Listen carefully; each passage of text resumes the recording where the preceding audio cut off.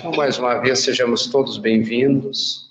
E hoje a exposição está a encargo da nossa irmã Cláudia Vidal, vai nos falar do capítulo 16, Nos pode servir a Deus e a Mamon. Uma boa palestra a todos. Boa noite, queridos amigos.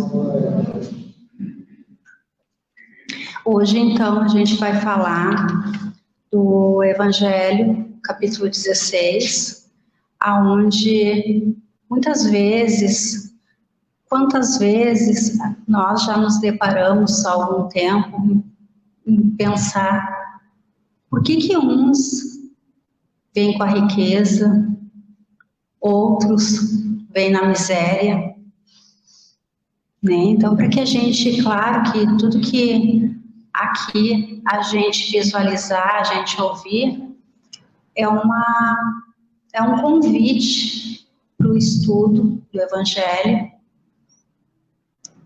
Temos aqui todas as quartas-feiras, às 20 horas, para quem se interessa, para quem tem curiosidade, porque às vezes a gente vem pela curiosidade, para que venha estudar as obras básicas.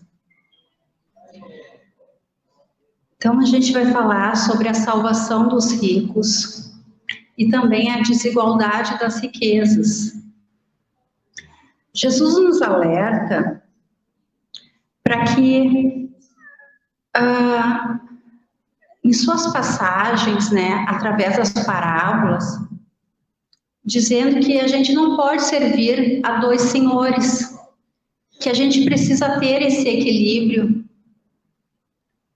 para que a gente veja onde está o nosso coração. Claro que muitas vezes exige o trabalho da reforma íntima. Então, aqui na passagem desse jovem, aonde que ele se aproximou de Jesus e perguntou: bom mestre, o que devo fazer para alcançar a vida eterna? E Jesus lhe respondeu: por que você me chama de bom? E aí Jesus, um espírito puro, e ele não quis ser chamado de bom. Nós, quantas vezes a gente adora, né, mexe com a nossa vaidade, quando nos chamam de bom, alguma atitude que a gente faz, e aí observam e dizem: a pessoa é boa. E o que muitas vezes acontece com a gente? Fica todo, né, se achando muitas vezes. Sou bom, o outro ali está vendo, então eu sou bom mesmo. E aí Jesus, já entendendo isso, o que ele diz? Bom é Deus. Então, mesmo um ser puro, ele não quis ser chamado de bom. Então, ele diz: se você quer alcançar a vida eterna, siga os mandamentos. E aí, então, o jovem pergunta: que mandamentos?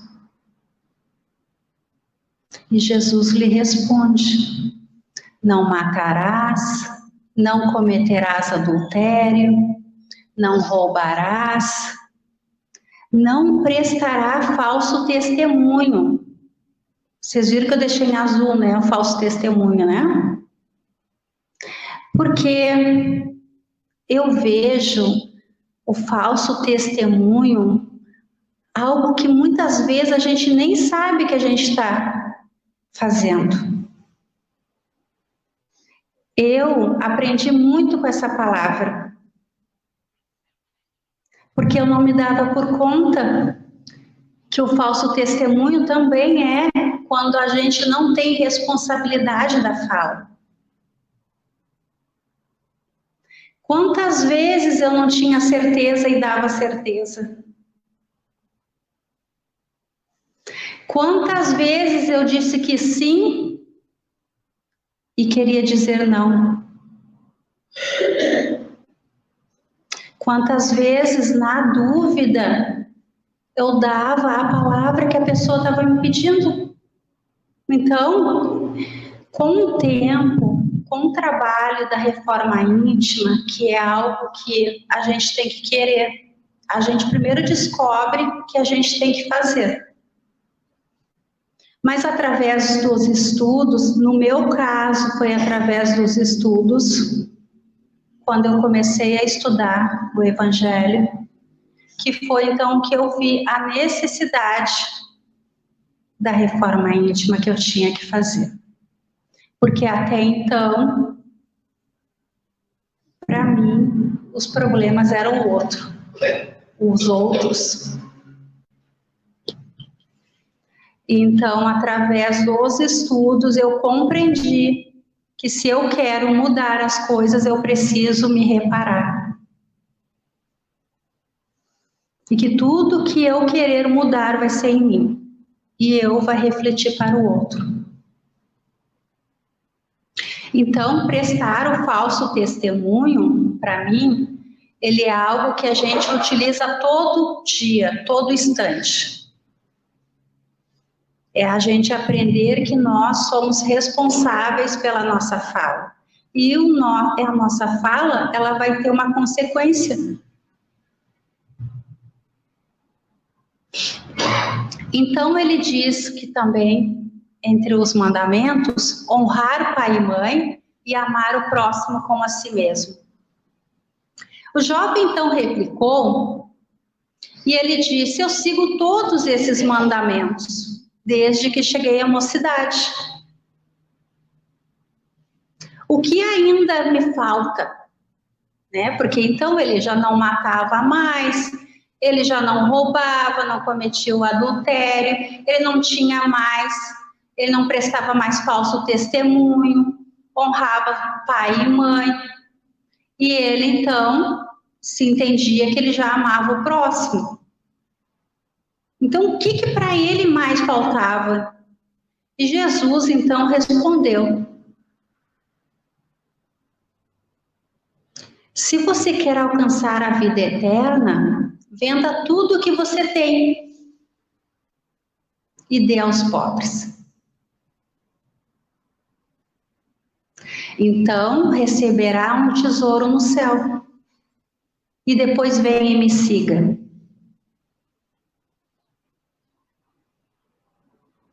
Então, ouvindo essas palavras, o jovem foi todo tristonho, porque possuía grandes valores. Então, isso era bastante difícil para ele. Então, Jesus disse a seus discípulos: digo-vos em verdade que bem difícil é que um rico entre no reino do céu. Ainda uma vez vos digo, é mais fácil que um camelo passe pelo buraco de uma agulha do que um rico no reino do céu. Por que será, né?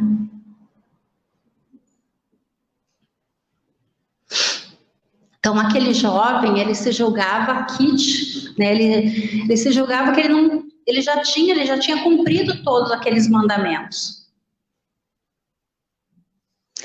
Mas, no entanto, ele recusava a ideia de abandonar seus bens, de que ele era dono.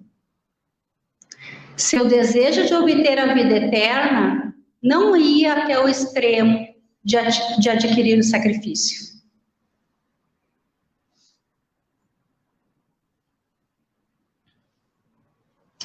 Então, Deus não condena a riqueza. E ninguém é condenado por ser rico.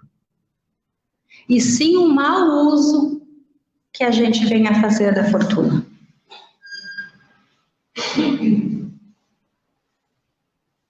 Na questão 814 do Livro dos Espíritos, é perguntado por que Deus a uns concedeu a riqueza e o poder e a outros a miséria.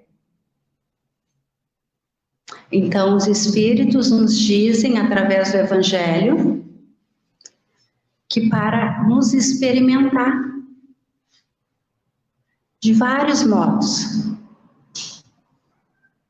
Além disso, como sabeis, essas provas foram escolhidas pelos próprios Espíritos. Então, a gente vai passar a uma existência, a gente vai vir então na pobreza, outra existência a gente vai passar pela riqueza.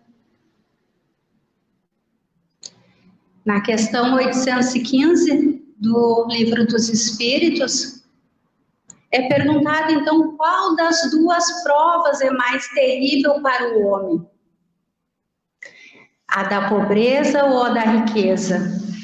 Porque quantas vezes a gente pode se perguntar em uma situação, feliz é aquele, né, que é rico, que pode comprar tudo.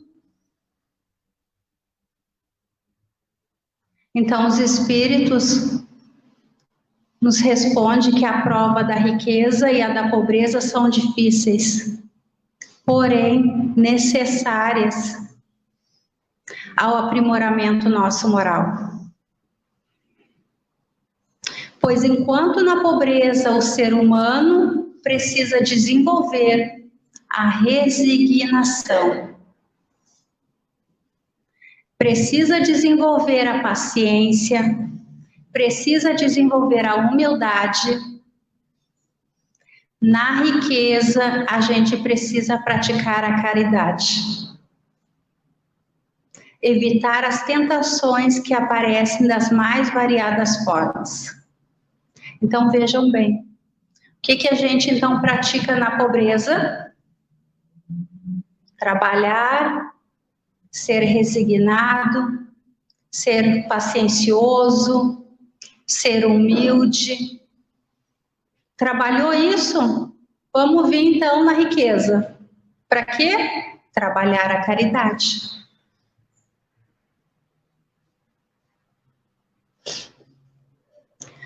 Então, as duas provas, elas são situações temporárias. Por que temporárias? Porque a cada existência nós estamos passando pelos modos, né? Mas também, na nossa existência, também a gente pode modificar ela, dependendo do nosso esforço.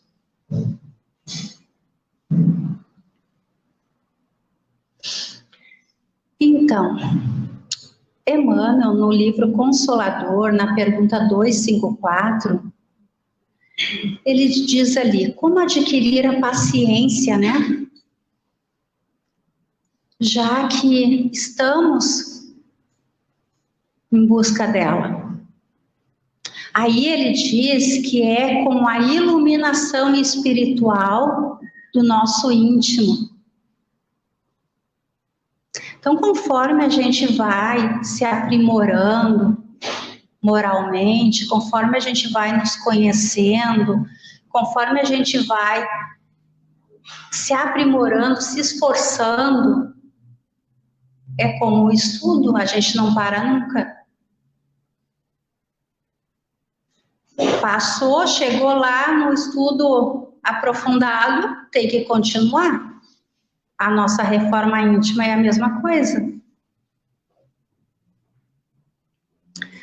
Então, que adquirimos esses valores sagrados da tolerância esclarecida. É para que nós edifiquemos nessa claridade divina, face educar à vontade. Porque muitas vezes a gente tem a vontade, mas a gente não a pratica, né? A gente não se esforça, ficamos só na vontade. Curando enfermidades psíquicas seculares que nos acompanham através das vidas sucessivas. Então, quantas enfermidades a gente já traz de outras existências? E que somente através da reforma íntima a gente vai conhecê-la, tratá-la e assim nos modificar.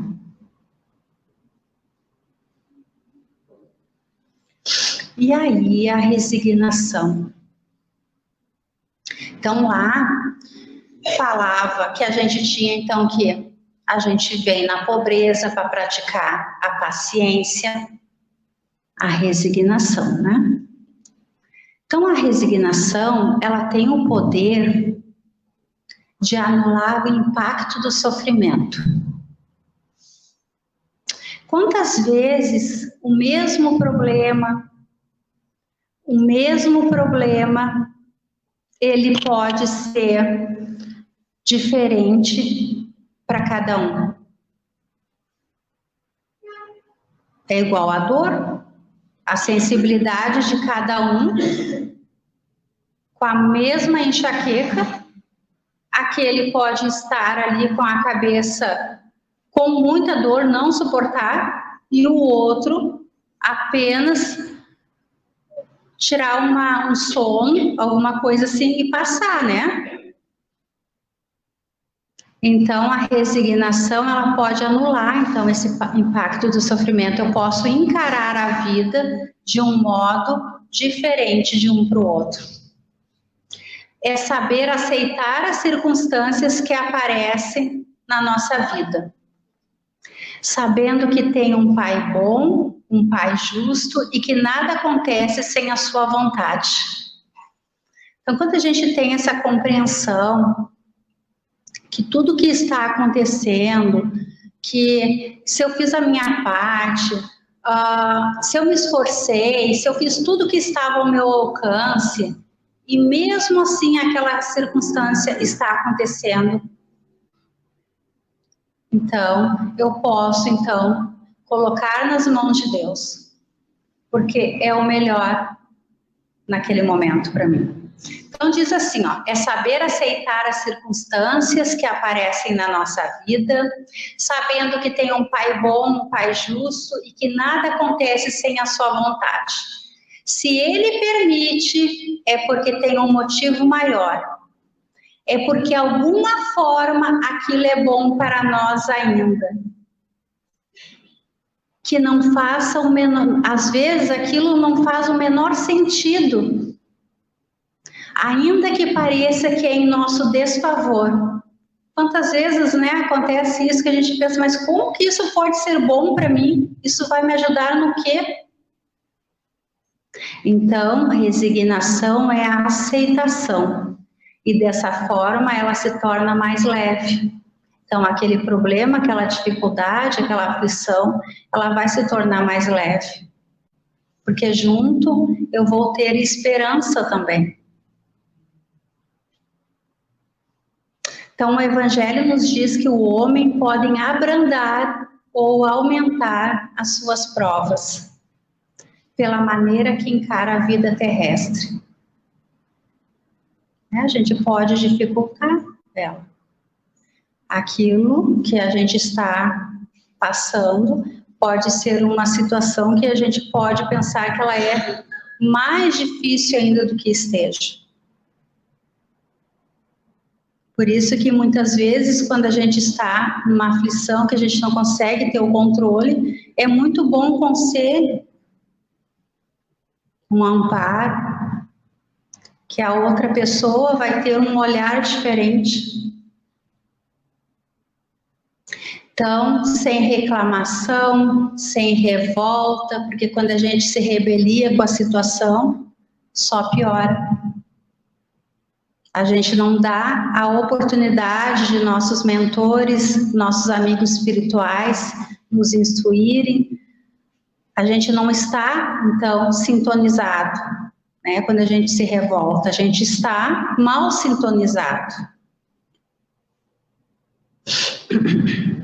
Então, fazer tudo o que cabe a nós sem se acomodar. Não é entregar nas mãos de Deus e dizer que Deus sabe tudo que faz, eu não preciso fazer nada, Deus vai fazer tudo por mim. Não, preciso fazer a minha parte. O que eu estou fazendo para ajudar Deus? Porque a gente também precisa ajudar Deus.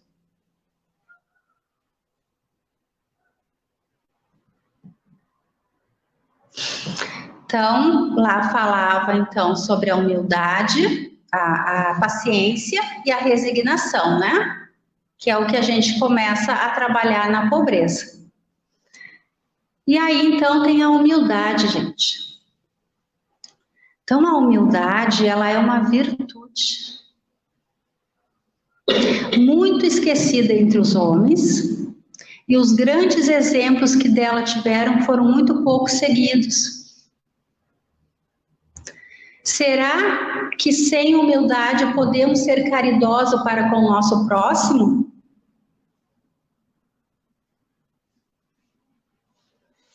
A gente sabe que não, né? Porque a humildade ela vai nos igualar a todos, mostrando que todos somos irmãos, que devemos se ajudar mutuamente. E isso vai todos nós sermos conduzidos ao bem. Então, o orgulho é o terrível adversário da humildade. É a chaga, o orgulho e o egoísmo.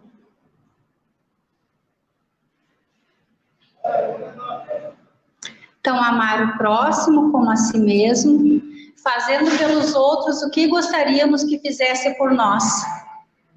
É a expressão mais completa da caridade, porque resume todos os deveres do homem para com o próximo.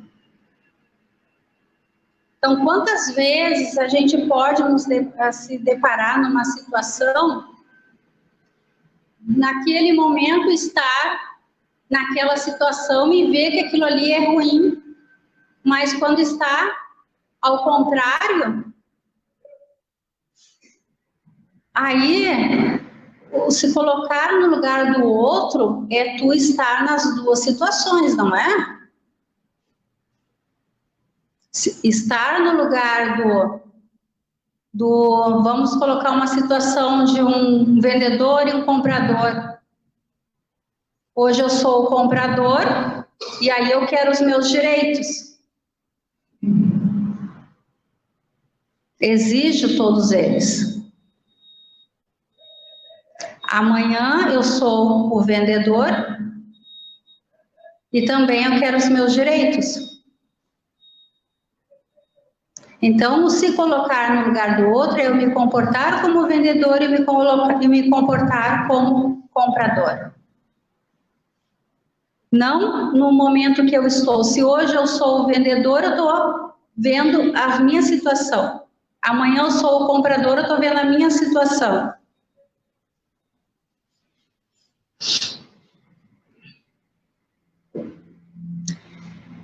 E aí, gente, essa imagem é uma simplicidade, né? Praticar a caridade, Papa Francisco diz, praticar a caridade é a melhor maneira de evangelizar. Quem é que ali está se evangelizando? As duas partes, né? Porque quando a gente ajuda, a gente está se ajudando. Aí Chico nos diz que a caridade é o processo de somar alegrias, diminuir males, multiplicar esperanças e dividir a felicidade. Gente, olha só, dividir a felicidade. Quantas vezes a gente pode pensar, eu estou tão feliz, eu não quero que ninguém saiba. Deus o livre. Vai que alguém fique feliz também. Então, a caridade é o processo de somar alegrias. Quanto mais gente feliz, melhor. Diminuir males. Quanto lágrimas eu conseguir enxugar, melhor. Não só eu, outros. Se cada um enxugar uma lágrima. Multiplicar esperanças. O que é a esperança? para um pensamento suicida.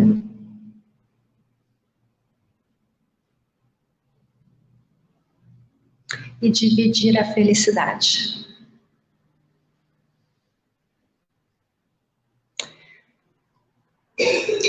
Então, Chico nos diz que o mais difícil é ajudar em silêncio.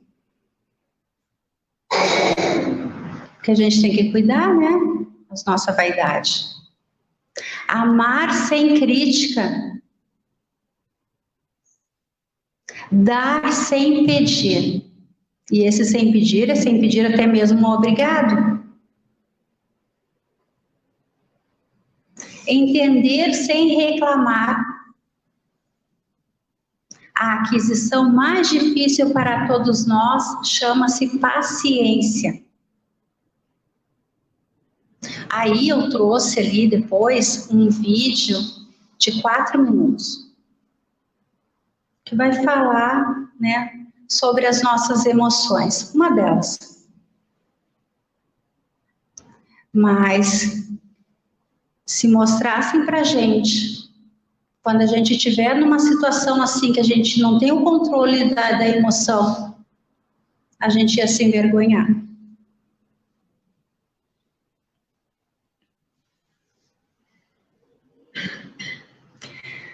Então fala que recordai que aquele que dá aos pobres quita-se da dívida que contraiu com Deus. Por isso, quando a prova da miséria chegar até o homem, ele deve enfrentá-la com confiança e resignação. E caso a prova da riqueza venha a aparecer, deve-se recordar das palavras do Mestre, aonde ele diz: não acumulem tesouros sobre a terra, onde as traças e a ferrugem corroem, e onde ladrões escavam e roubam. Mas ajuntem tesouros no céu, onde as traças e a ferrugem não corroem, e onde os ladrões não escavam, nem roubam. Porque onde estiver o teu tesouro, aí estará também o teu coração. Então a gente tem que sempre se perguntar, onde que está o nosso coração, né?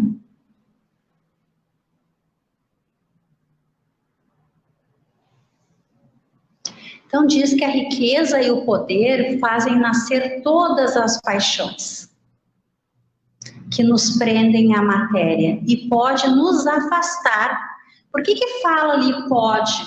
Porque nós temos nosso livre-arbítrio, né? Pode nos afastar da perfeição espiritual. E aí por isso que Jesus disse: em verdade eu digo que é mais fácil passar um camelo por um buraco da agulha do que um rico no reino dos céus.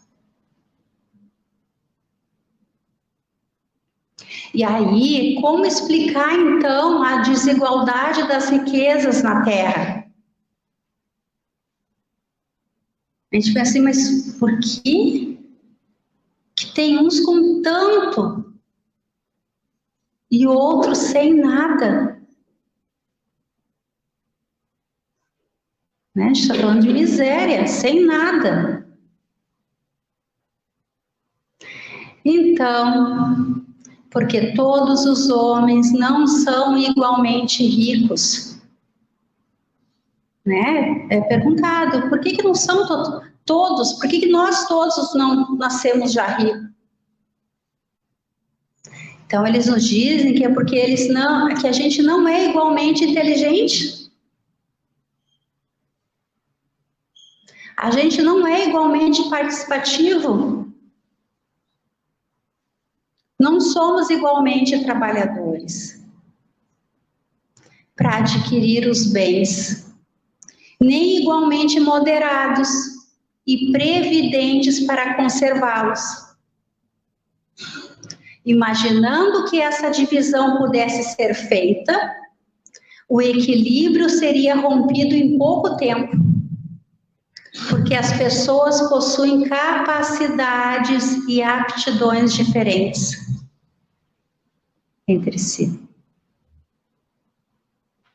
Então, o homem, ao perceber que já possui o necessário, sentiria-se estimulado às grandes descobertas e aos empreendimentos úteis. Então, cada um de nós temos as nossas capacidades.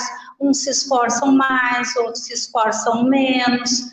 Uns têm uma visão que não precisam trabalhar 40 horas, outros têm uma visão que está o suficiente trabalhar 20 horas, enfim, né? Cada um tem a sua capacidade que acha que tem. Às vezes nós temos as capacidades, mas também não acreditamos.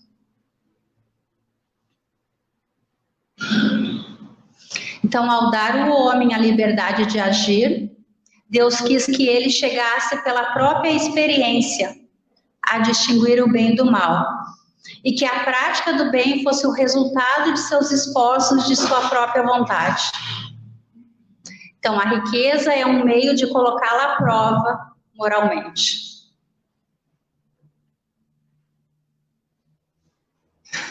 Então, a carência é para uns a prova da paciência e da resignação. A riqueza é para outros a prova da caridade e da abnegação. Então, a origem do mal está no egoísmo e no orgulho. E os abusos de todas as espécies cessarão por si quando os homens se conduzirem pela lei da caridade. Então, quando todos nós realmente nos colocarmos no lugar do outro, a gente cessa.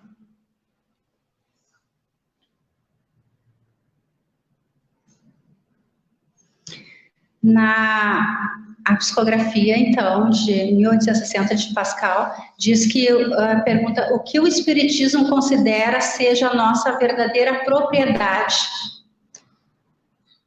Então, ele diz que o homem, na verdade, só é proprietário daquilo que ele pode levar deste mundo,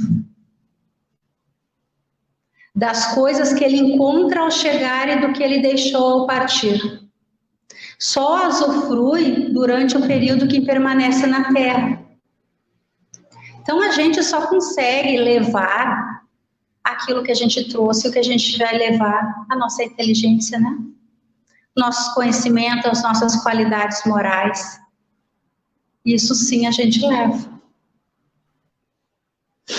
E aí, falando das desigualdades das riquezas, aonde fala ali, né, que não serem iguais todos os homens, onde menciona que a nossa inteligência, cada um tem a sua, uns mais, outros menos. Na atividade, cada um vai ter o seu empenho, né? Na previdência, uns vão ter ali um modo moderado, outros vão gastar mais, outros vão gastar menos. Mas o programa de Deus nisso é para que a gente, né, trabalhe a experiência moral. E na função da riqueza e pobreza, a riqueza, a prova de caridade e abnegação, que então eu peguei o significado, né, de abnegação, que é uma ação contrária ao egoísmo, é o desapego completo de suas próprias vontades em função de uma outra pessoa, a causa ou ideologia. E na pobreza, a prova da paciência e resignação, o significado de resignação, que a gente ouve muito, que é uma submissão à vontade de alguém ou ao destino, mas não é um comodismo, é a gente aceitar, mas fazendo a nossa parte. E o objetivo geral é a evolução da humanidade.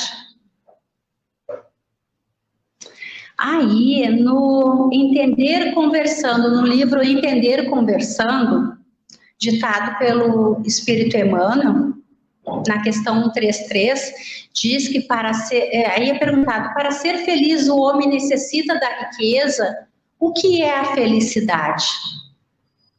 Aí então Emmanuel diz que o Criador nos fez rico a todos. Olha só, todos nós somos ricos. Sem exceção. Porque a riqueza autêntica procede do trabalho E todos nós, de uma forma ou de outra, podemos trabalhar e servir. Quanto à felicidade, ela nasce na paz da consciência tranquila, pelo dever cumprido, e cresce no íntimo de cada pessoa, à medida que a pessoa procura fazer a felicidade dos outros, sem pedir felicidade para si. Não que a gente não queira a felicidade, mas a gente ali está falando, à medida que a pessoa procura fazer a felicidade dos outros. Isso está no Entender Conversando, livro de Emmanuel. Aqui, Nelson, pode colocar baixinho. Aqui é uma breve história do que é a pobreza. Uma pequena história para começar. Um dia, um pai de família rica levou seu filho para viajar ao interior. O seu propósito era mostrar ao filho o quanto as pessoas podem ser pobres. Eles passaram um final de semana em uma fazenda de uma família muito humilde. Quando retornaram, o pai perguntou ao filho: "Você viu como existem pessoas pobres?" "O que você aprendeu, meu filho?" O filho então disse: "Eu vi que nós temos um cachorrinho em casa e eles têm vários."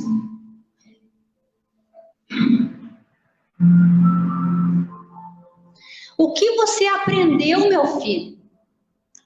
"Nós temos uma piscina que alcança o meio do jardim.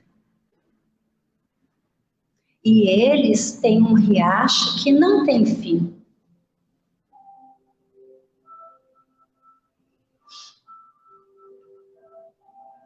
"O que você aprendeu, meu filho?" "Nosso quintal vai até o portão de entrada. E eles têm uma floresta inteira."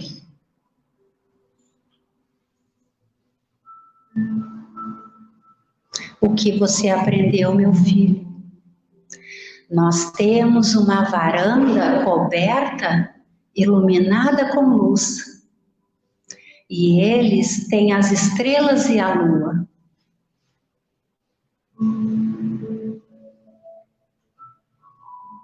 O pai ainda estava sem palavras quando o menino concluiu: "Obrigado, papai, por me mostrar o quanto pobres nós somos." Então a gente vê que o dinheiro não é tudo.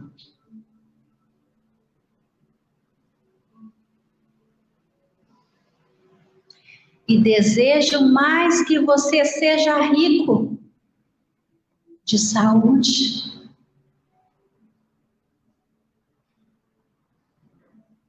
e desejo mais que você seja rico de amizades, muitas.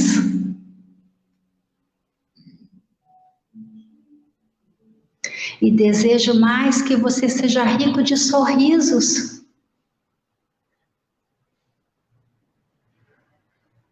E desejo mais que você seja rico de paz e felicidade. Essa é a riqueza. E desejo mais que você seja rico de fé e oração, que é o nosso suporte 24 horas.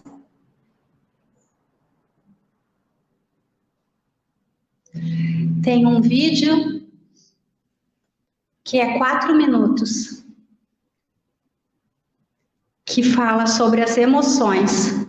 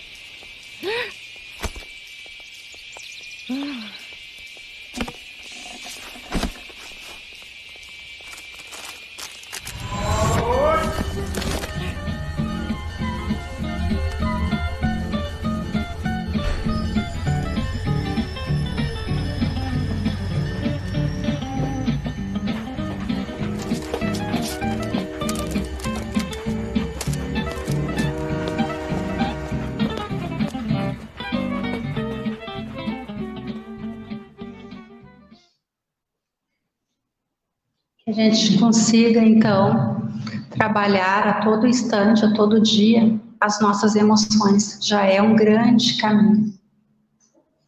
Obrigada por serem ouvintes, pela paciência de vocês, que a gente possa, então, trabalhar nossa reforma íntima todo dia. Obrigada.